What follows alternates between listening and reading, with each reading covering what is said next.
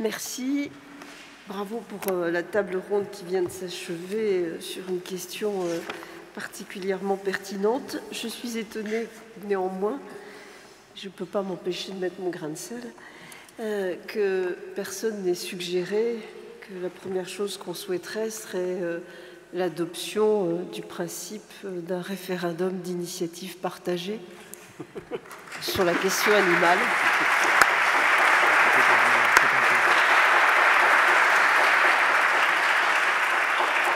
Ou bien le soutien à l'initiative de Cédric Villani, qui est ici présent aussi dans cette salle.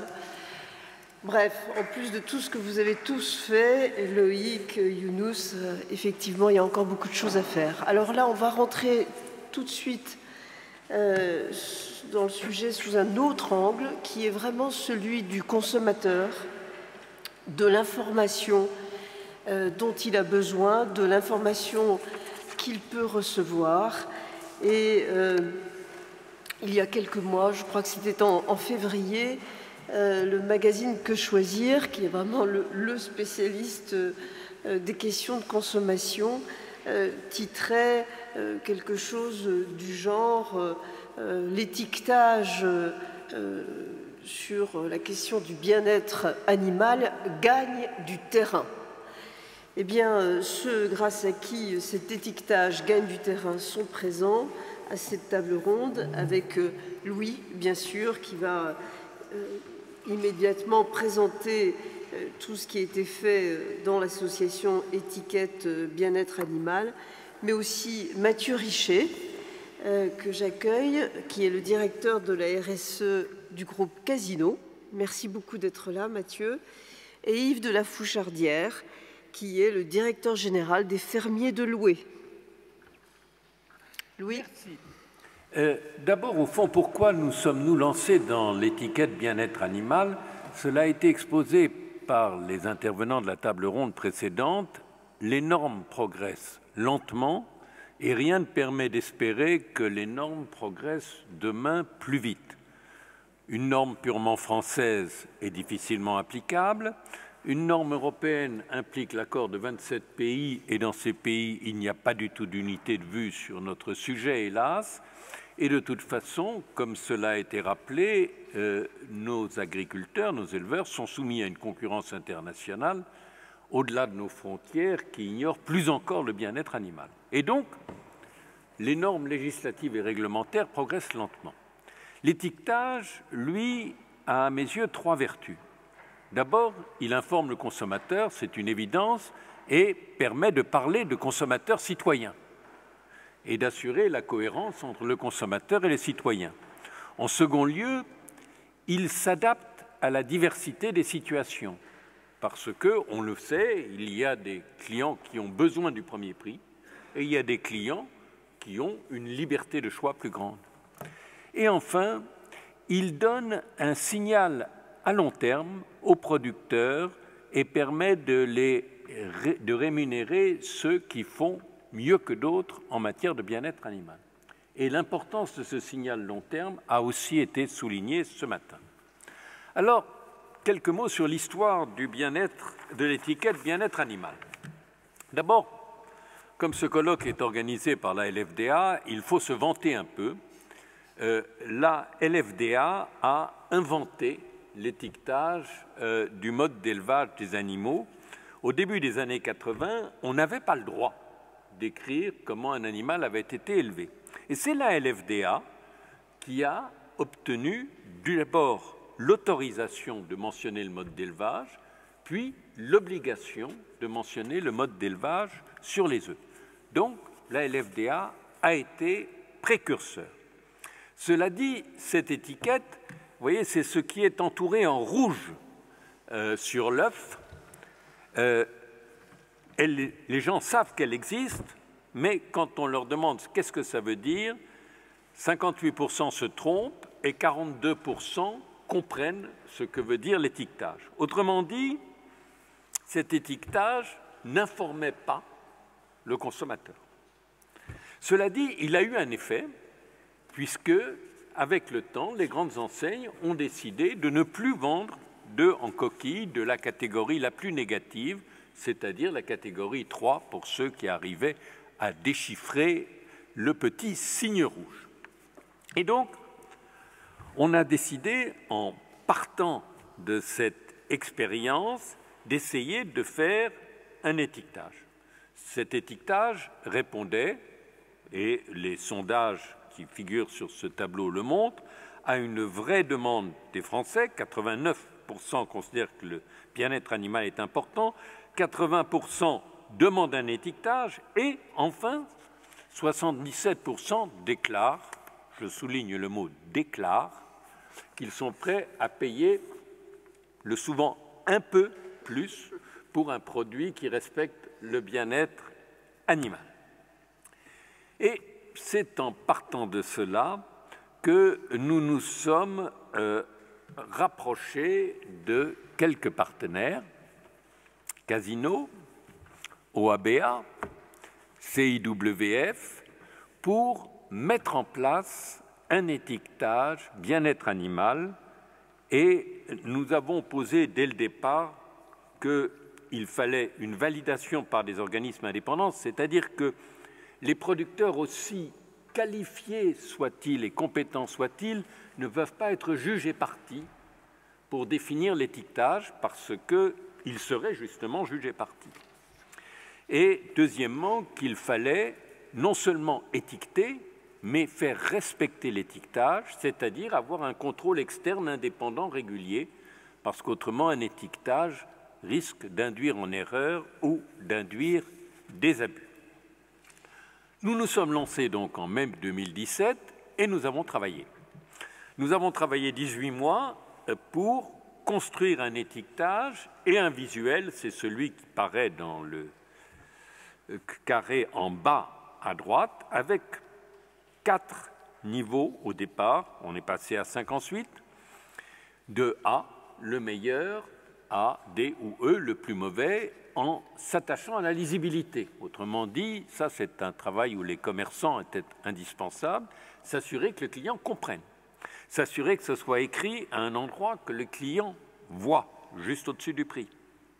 Et en décembre 2018, sur un petit nombre de produits, on a mis dans les rayons de Casino une étiquette en rayon.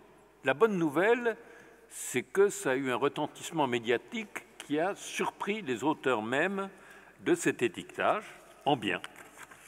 Et du coup, ça a suscité un élargissement de l'intérêt pour cette étiquette. Loué nous a rejoints, d'autres nous ont rejoints, Wellfarm nous a rejoints, et nous avons créé une association pour étiqueter le bien-être animal. Puis, nous nous sommes rapprochés de Lit Westerel, association qui regroupait des producteurs pour élargir notre base, et nous avons défini un référentiel commun, exigeant, qui a débouché sur 230 critères portant sur la naissance, la vie, le transport et la mort des poulets. Alors, je ne vais pas vous raconter le détail de ces critères, ils figurent sur le tableau suivant.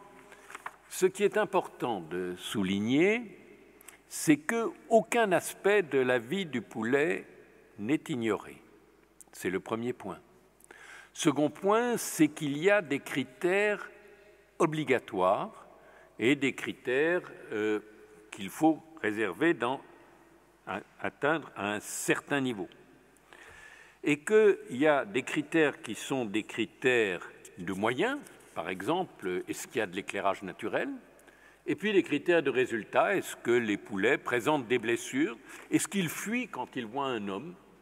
Bref, des critères qui, au meilleur de notre connaissance, permettent d'avoir une vue exacte du bien-être animal. Et pardon Louis, mais il doit fuir ou il ne doit pas fuir quand il voit un homme? Il ne doit pas fuir. Bon, d'accord. Non, ça, l'idée que si le poulet fuit l'homme, c'est qu'il aime l'homme, n'est pas une idée naturelle. D'accord. Bon. Et ceci aboutit à différents niveaux, 3 niveaux dits de bien-être animal, A, B, C, un niveau D qui a décidé de faire des progrès, et un niveau E qui est le niveau minimal. Et la bonne nouvelle suivante, c'est que à cette démarche se sont joints de nouveaux partenaires. Vous avez vu, au début, nous étions 4. Maintenant, nous sommes beaucoup plus nombreux. Toutes les organisations réformistes, welfaristes, c'est-à-dire LFDA, CIWF, OABA, Wellfarm. Dans la grande distribution, la grande majorité de la grande distribution, un certain nombre de producteurs ou de transformateurs, et j'ajoute que d'autres candidatures sont en cours d'examen. Et donc, c'est, je crois, une histoire réussie. Maintenant, nous travaillons au porc. Comme on l'a compris ce matin, le porc, c'est plus difficile que le poulet, parce que les investissements sont plus lourds, parce qu'il n'y a pas la même pratique de différenciation de prix dans les achats de porc que dans les achats de poulet. Et donc, cela veut dire que nous avons devant nous beaucoup de travail et un espoir d'étiqueter le porc en 2022 et d'étiqueter aussi d'autres produits. Je pense au lapin, je pense à d'autres gallinacés, je pense, et un jour, sans doute, au bovin. Mais bref, nous avons devant nous un programme de travail assez enthousiasmant. Merci. C'est tout à fait...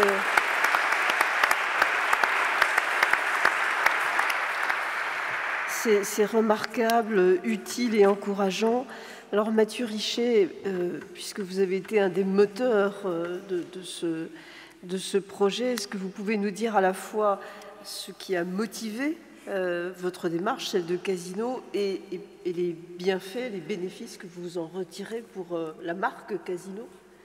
Bien sûr, Monsieur le Président, Madame Parisot, Mesdames et Messieurs. Le projet a été très bien résumé.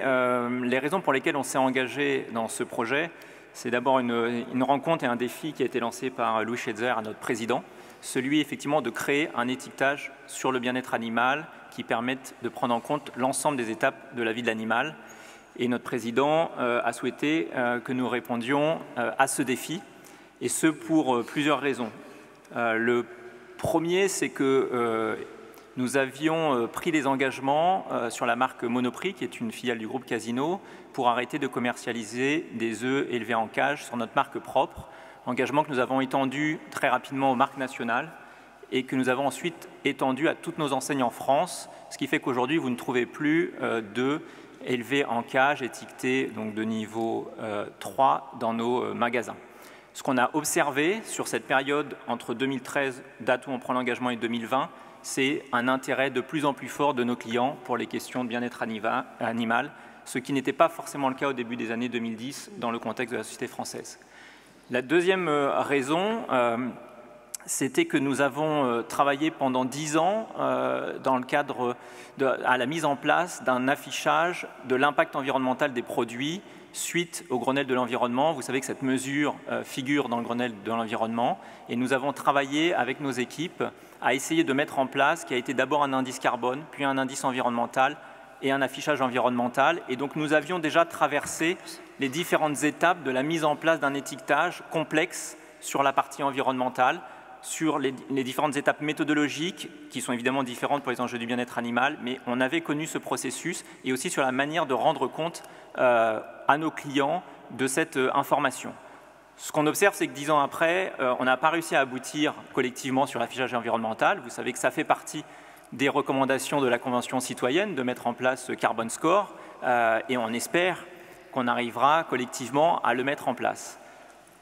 Donc, on a souhaité effectivement sur ce défi qui nous avait été lancé y répondre pour ces raisons, considérant qu'on avait suffisamment de maturité, d'expertise interne et avec l'appui des ONG, la capacité peut-être à relever ce défi. Il nous aura fallu 2 ans collectivement pour mettre en place à la fois les 230 critères, mais aussi définir la méthodologie de contrôle et la manière de restituer l'information aux consommateurs. Et c'est un point qui a été évoqué ce matin. Une des clés de succès de ce projet, c'est le temps que nous avons eu devant nous. Nous n'avions pas fixé de contraintes, on ne s'était pas dit dans 3 mois, dans 6 mois, nous devons sortir l'étiquetage. On a eu du temps pour discuter, on a eu du temps pour s'écharper. Ça n'a pas toujours été simple. On a eu des temps parfois un peu houleux entre nous pour définir les critères, puisque à la fois, effectivement, les critères étaient proposés et discutés avec les ONG, mais nous prenions aussi l'avis de nos fournisseurs, notamment pour s'assurer de la capacité à mettre en œuvre les critères et notamment les contrôles de ces critères. Donc on a passé un certain nombre de temps. Alors, ce qu'on observe aujourd'hui, c'est que nous, on croit à deux tendances très profondes dans la société actuelle. La première, c'est la demande de transparence et d'information. C'est quelque chose de très banal aujourd'hui de le dire, mais sur les 10 dernières années, on a bien vu et on observe une demande de nos clients d'avoir plus d'informations sur l'alimentation, sur les produits qu'ils consomment, d'avoir plus de transparence. Et on l'observe notamment sur l'aspect nutritionnel. Et donc on a bien vu avec le Nutri-Score qu'une fois qu'un système clair, fiable, c'est-à-dire qui a la confiance du consommateur, est mis en place, on peut orienter l'acte d'achat des consommateurs. Et c'est exactement ce qui se passe aujourd'hui sur le Nutri-Score. On l'avait vu d'ailleurs auparavant sur l'étiquetage énergétique. On voit bien que le système de lettres A, B, C, D qui existe depuis longtemps sur l'énergie fonctionne, puisque je pense que quand vous achetez un frigidaire aujourd'hui, vous allez regarder l'impact énergétique du frigidaire. Et donc, on voit que nos clients sont habitués à ces systèmes de lettres A, B, C, D, E qui leur permettent d'orienter leur acte d'achat. Et donc, nous, on est convaincus que cette attente, elle s'exprime sur l'environnement, avec, on l'espère un jour, le Carbon Score, mais qu'aujourd'hui, la société est suffisamment mature, intéressée par les enjeux du bien-être animal pour demander, vouloir cette information pour pouvoir faire un acte d'achat en conscience et prendre ce critère s'il le souhaite dans son acte d'achat. Et là encore, ce qu'on a voulu faire, c'est bien un étiquetage, c'est-à-dire de pouvoir étiqueter tous les produits avec des niveaux par rapport à une situation donnée qui permet à nos clients de se dire, moi, si je veux une information sur le bien-être animal, je peux l'avoir et je peux décider d'acheter un produit qui est classé A, B, C, D ou E. Et évidemment, on laisse le choix ensuite au client de faire son choix en fonction de ses préférences, si c'est le bien-être animal, si c'est la nutrition, si c'est l'environnement. Et on peut penser que dans quelques années, évidemment, il voudra avoir accès à l'ensemble de ces informations pour faire son choix. Et la deuxième évolution majeure, c'est évidemment le digital. Et le fait de pouvoir mettre à disposition cette information sur, évidemment, les produits, mais aussi sur les applications qui sont très largement utilisées par nos clients, permet de faciliter l'acte d'achat, l'orientation de l'acte d'achat. Et donc, comme ça a été évoqué ce matin, évidemment que la tendance de nos clients consiste à scanner son produit, soit en magasin, souvent plutôt d'ailleurs après, à regarder d'où vient son produit et à accéder à des informations variées, mais encore une fois, qui doivent être crédibles, et c'est tout l'intérêt de la démarche et d'avoir travaillé avec évidemment des ONG. Cette information, elle doit être crédible pour être utilisée par nos clients. Et donc, aujourd'hui, quand vous utilisez Open Food Fact, vous pouvez avoir accès, par exemple, à l'information sur le Nutri-Score, aux additifs, éventuellement au niveau de transformation des produits, et on espère demain au niveau de bien-être animal, ce qui permettra à nos clients de faire les choix qu'ils souhaitent. Ce qui était essentiel pour nous, et je finirai par cela, c'était qu'effectivement, on travaille sur un projet qui ne soit pas un projet, entre guillemets, casino, c'est-à-dire qu'il soit un label ou qu'il soit une étiquette casino, mais bien un système d'étiquetage qui a pour but de s'étendre nationalement, peut-être un jour au niveau européen, et soit largement utilisé par tous les acteurs. Et là, je tiens à saluer effectivement à la fois toutes les associations qui ont travaillé sur ce projet-là, mais aussi ceux qui ont rejoint ce projet, parce qu'on sait que ce n'est pas simple quand on n'est pas au départ d'un projet de le rejoindre. Et donc, je vais laisser après la parole à Yves, mais fermier, alors on a eu nos fournisseurs, Fermier du Sud-Ouest, Fermier de Loué qui est venu très spontanément s'engager dans cette démarche, et ensuite d'autres enseignes avec lesquelles on travaille aujourd'hui, Carrefour qui en a parlé ce matin, mais aussi Système U qui est présent dans la salle, qui sont venus rejoindre cette dynamique collective parce que je crois que nous partageons la même vision qui est de dire nous devons offrir un seul système en France d'étiquetage sur le bien-être animal pour ne pas créer de confusion auprès de nos clients. S'il y a plusieurs systèmes, on sait que c'est confusant et qu'on va créer de la méfiance alors qu'on a besoin de créer de la confiance. Et tout est une question au final de confiance. Si nos clients ont confiance dans l'étiquetage, dans l'information qu'on leur donne, ils orienteront leur choix vers des produits plus vertueux, plus responsable sur les questions du bien-être animal. Et on le voit aujourd'hui sur le Nutri-Score, il y a une évolution de l'acte d'achat de nos clients vers davantage de produits notés A, notés B. Donc on sait que ces systèmes d'information permettent d'orienter l'acte d'achat dans le bon sens. Et on espère qu'on pourra continuer à développer cet étiquetage dans davantage encore d'enseignes et de produits dans les prochains mois. Merci. Merci beaucoup, Mathieu.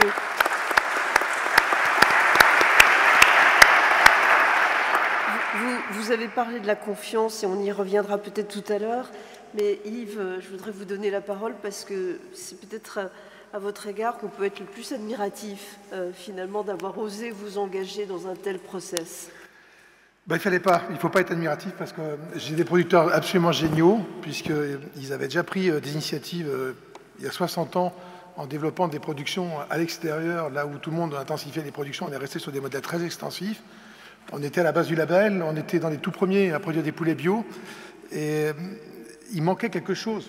La société évolue, il y a des questions qui se posent et on a le sentiment d'avoir répondu à toutes les questions parce qu'on a un label, parce qu'on a des analyses sensorielles, parce qu'on a une bonne traçabilité, parce qu'on a un bon mode d'élevage et il manquait quelque chose. La société réinterroge, il manquait quelque chose. Et ce quelque chose, là où je m'en veux terriblement, c'est de ne pas y avoir pensé moi-même.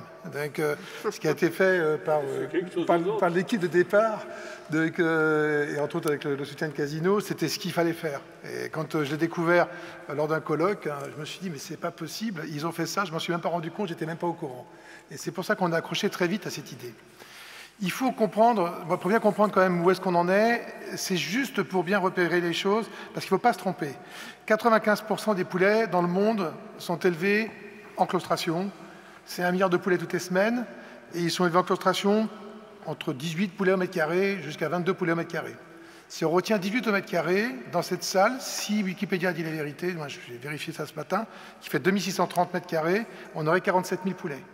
Donc, bah oui, ça fait un peu de monde quand même, mais on aurait 47 000 poulets, c'est la densité. Sur un parcours de volaille label, qui vivait en liberté comme c'est le cas chez nous, il y a dans la journée 657 poulets sur la même surface. On n'est pas sur le même mode d'élevage. Donc c'est assez facile pour nous. Hein. Quand on porte le 5% et qu'en France, il représente 17% de l'activité, c'est assez facile de rejoindre la démarche. C'est assez facile, ouais, mais pas tant que ça. Parce que finalement, dans le cahier des charges, il y avait des questions qui nous interrogeaient. À commencer, vous l'avez évoqué tout à l'heure, par les caméras. Donc l'installation des caméras dans les abattoirs, ça n'existait pas chez nous. Alors on nous a dit, et j'ai entendu le débat à l'Assemblée, ce qui s'était passé, que c'était très compliqué, que les salariés n'en voulaient pas, que c'était compliqué, que personne n'en voulait. On les a installés, 2 mois plus tard, ça marchait bien, et j'ai eu aucun salarié qui soit plaint. Les caméras, c'est juste génial. Ça permet à un moment donné d'être sûr que n'importe quelle personne qui est compétente peut venir vérifier qu'on s'est bien comporté avec ces animaux tout le temps, peut venir le contrôler tout le temps. Quelqu'un de compétent. On ne mettra pas sur les réseaux sociaux nos caméras, mais on mettra nos caméras à disposition des services vétérinaires et des gens qui surveillent la sécurité, la santé des animaux donc, dans l'abattoir. On avait aussi alors, des systèmes d'euthanasie qu'on n'avait pas, hein, la narcose gazeuse, qui est juste géniale, moins déclassée grâce à la narcose gazeuse. C'est des grands changements qui ont été demandés à un moment donné, qui nous bousculaient, qui nous obligeaient de réinvestir et qu'on n'avait pas. Le Grand Loué, on n'avait pas ça. Le Grand Loué était passé à côté de ça. On n'avait pas beaucoup de perchoirs chez nos éleveurs. D'ailleurs, on a trouvé que la norme était tellement gentille qu'on en a mis 4 fois plus que la norme, parce qu'on a pensé qu'il fallait que les poulets se perchent vraiment, mais elle sera amenée à évoluer. On a acheté 220 km de perchoirs. C'est bizarre, hein, on aurait dû avoir des perchoirs. Mais les perchoirs, c'est utile, surtout en période hivernale, quand les poulets sortent un peu moins. Donc on a eu à faire beaucoup de choses, mais la grande belle surprise, c'était de se rendre compte que les éleveurs ont adhéré, et on a réussi à obtenir de la part des éleveurs le coup de collier qu'il fallait pour ceux qui n'étaient pas encore parfaitement bien équipés en matériel, pour que tous les éleveurs réussissent à obtenir lors du premier examen. L'examen, il est annuel, hein. On ne rigole pas, hein, que le bien-être animal, ce n'est pas un truc où on sélectionne 10% des éleveurs tous les ans et on passe une fois tous les 10 ans. C'est tous les ans, les éleveurs sont contrôlés par l'organisme certificateur tiers. Mais préalablement, ils ont eu un contrôle interne par le technicien du groupement et ils ont fait en plus de ça un autocontrôle par eux-mêmes. Et en plus de ça, on a rajouté des super contrôles pour contrôler que l'organisme certificateur travaille bien. Mais on a raison de faire ça. Parce qu'en faisant ça, on crédibilise le système. Si on part dans un système où on fait un super cahier des charges et on le laisse à la disposition du producteur pour en faire ce qu'il veut, ben il en fera ce qu'il voudra. Donc il faut absolument des contrôles pour qu'un système fonctionne bien. Et tout ce système, nous maintenant, on a l'expérience suffisamment longue, parce qu'on en est au 2e contrôle là maintenant, et ben on se rend compte que c'est quand même assez chouette et que ça nous a permis de franchir une vraie étape supplémentaire, que c'est très accepté par les producteurs, Ça nous a permis de faire des formations aux éleveurs, puisqu'on en est à la deuxième cycle de formation obligatoire pour les éleveurs, mais ils s'inscrivent d'abord de manière volontaire, et les derniers 20% qui ont un peu de mal à s'inscrire dans les formations, on les convoque pour 2 heures de formation tous les ans. Et comme ça, on avance, on continue à dérouler notre projet, on va un peu plus loin, on continue à se poser des questions. Voilà, c'est un très beau boulot qui a été fait par les ONG, un très beau boulot qui a été accompagné par Casino. Moi, j'ai une petite mention particulière pour Carrefour qui a vite rejoint la démarche et qui sera les premiers sans doute à étiqueter du C, très rapidement. Et puis tout à fait au passage, Loïc, le veau-sexage, on l'a fait aussi avec eux. Ils nous ont bien stimulés aussi. Donc, je voulais juste le signaler parce que c'est quelquefois en formant des couples producteurs-distribution qu'on avance le plus vite. Ça paraît très bizarre, mais les producteurs tout seuls, ils n'avancent pas si vite que ça. Ne serait-ce parce que souvent, il y a un coût économique, et que le coût économique, il faut pouvoir l'intégrer. Et dans le cas de l'ovo-sexage, par exemple, avec Carrefour, on l'a pris en compte, et c'était quelque chose de très important. Voilà ce que je pouvais dire. Bravo.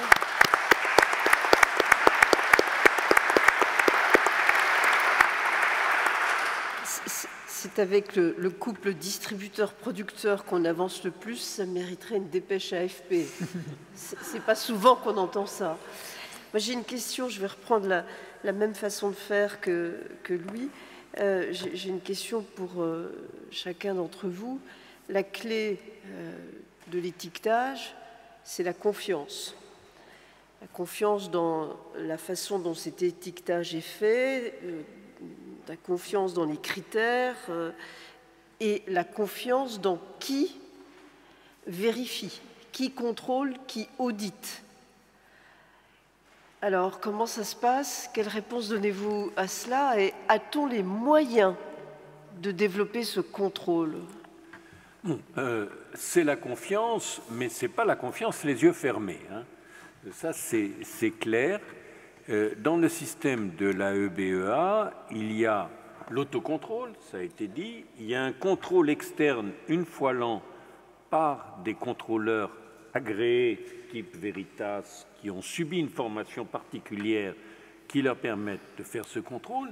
Et puis comme on trouvait que c'est bien la confiance mais que le contrôle c'est encore mieux, on a dit il y aura en plus des surcontrôles à l'improviste pour s'assurer qu'il n'y a pas de complicité entre le producteur et son contrôleur ordinaire. Juste un mot, ils n'ont pas subi une formation, ils ont bénéficié d'une formation. Dont acte, c'est mes souvenirs d'étudiants malheureux qui m'ont pris sur le dessus sur moi dans ce lieu. Mais donc, voilà, c'est la confiance, mais attention. Mathieu. Oui, bien sûr. Donc effectivement, c'était essentiel. C'est pour ça qu'on a effectivement souhaité qu'il y ait la création d'une association indépendante, dont M. Schweitzer est le président, dans lesquelles les ONG sont complètement partie prenante, mais aussi évidemment les distributeurs et les industriels. Et l'ensemble de l'information est aussi partagé. Je pense que c'est un des éléments clés aussi, c'est qu'il y a une transparence entre nous sur effectivement les résultats des audits, les processus d'audit, sur les manières de former les auditeurs, sur la manière de contrôler les auditeurs. Et pour nous, c'est évidemment essentiel. Et du coup, l'association se dote aujourd'hui aussi d'outils, puisque tout ça se fait par étapes, d'outils qui permettent d'enregistrer toutes ces informations-là et donc de les suivre et d'interroger demain pour savoir, tiens, tel producteur, quelle date il a été audité, par qui, comment, etc. Et que cette information, elle soit partagée avec les membres de l'association. Donc, qui est une garantie aussi pour nous de la confiance et du bon fonctionnement des contrôles.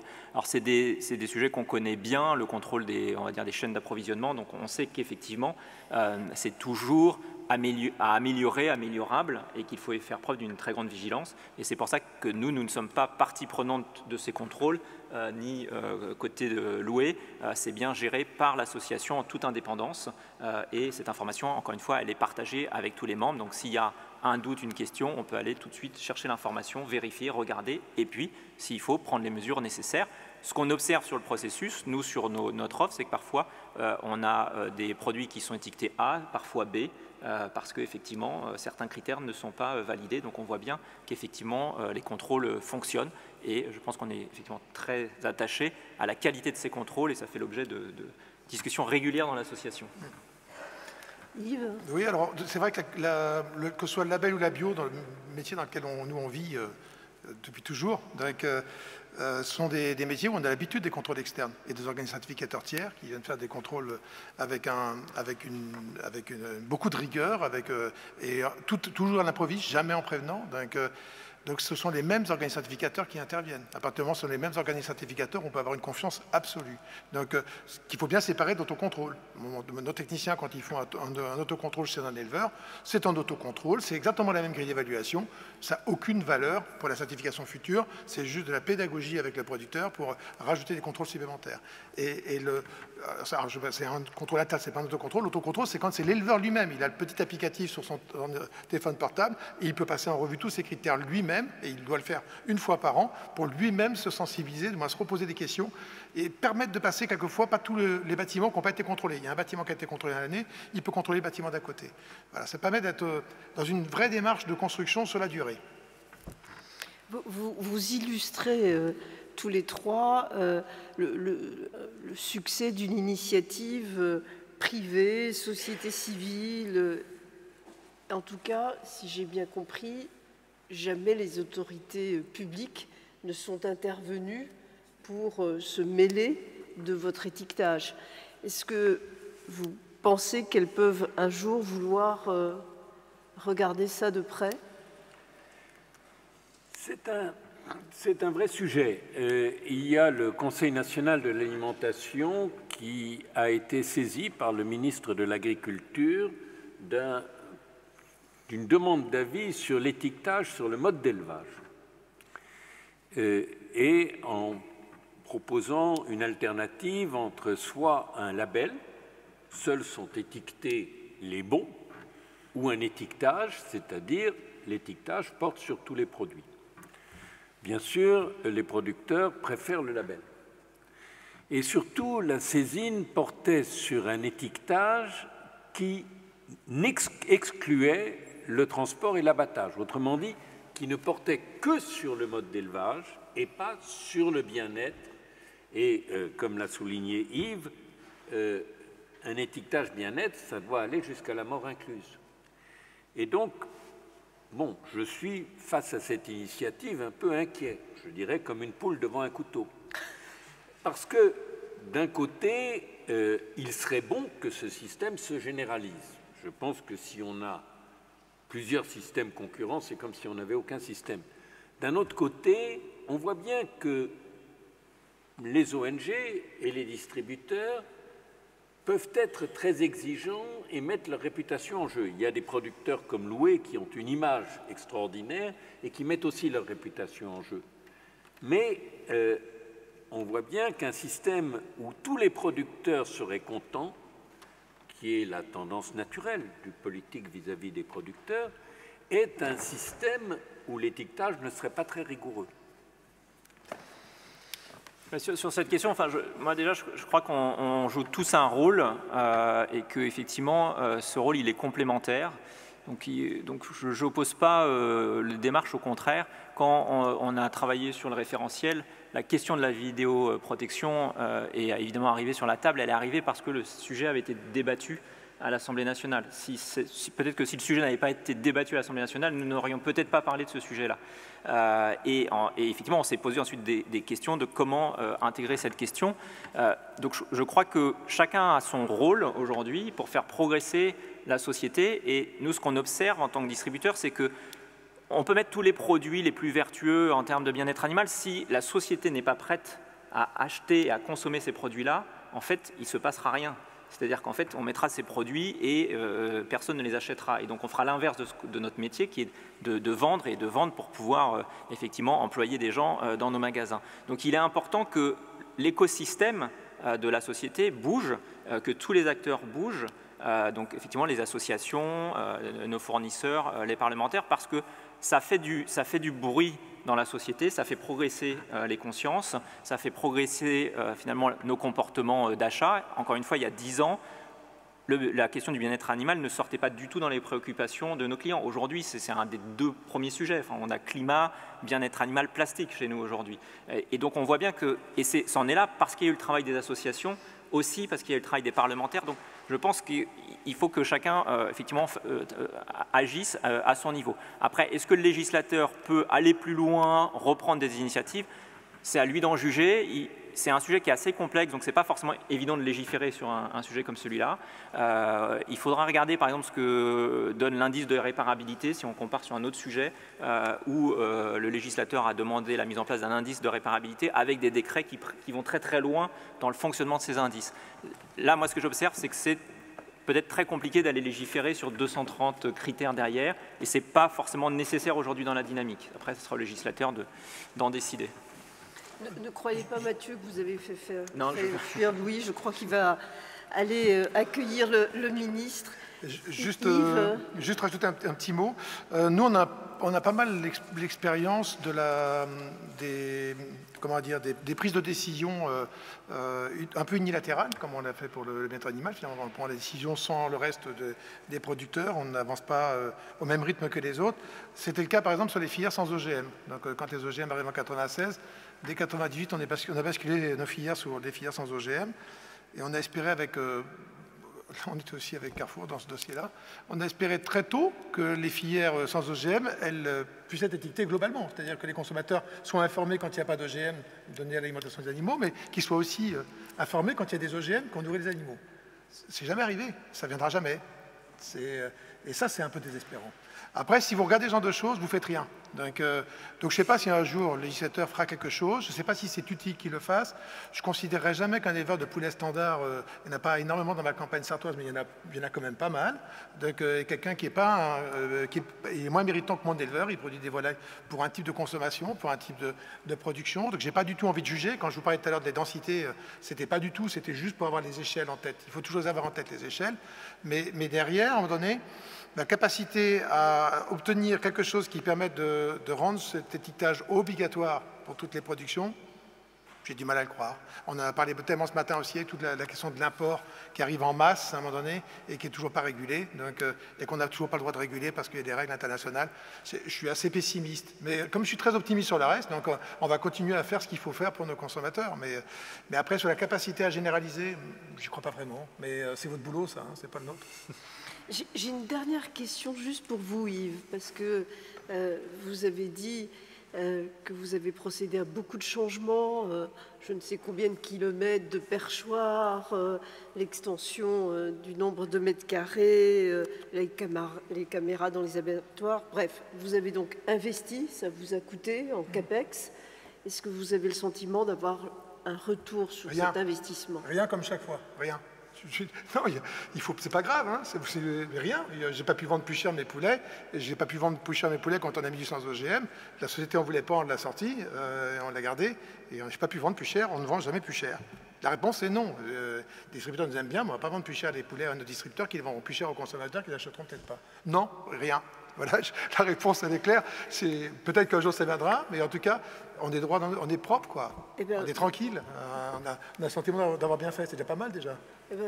Vous voyez que les chefs d'entreprise travaillent certes pour le profit, c'est nécessaire, comme le disait Louis tout à l'heure, pour que les entreprises ne meurent pas, mais ils ont aussi d'autres considérations à l'esprit. Bravo, merci pour ça, Yves.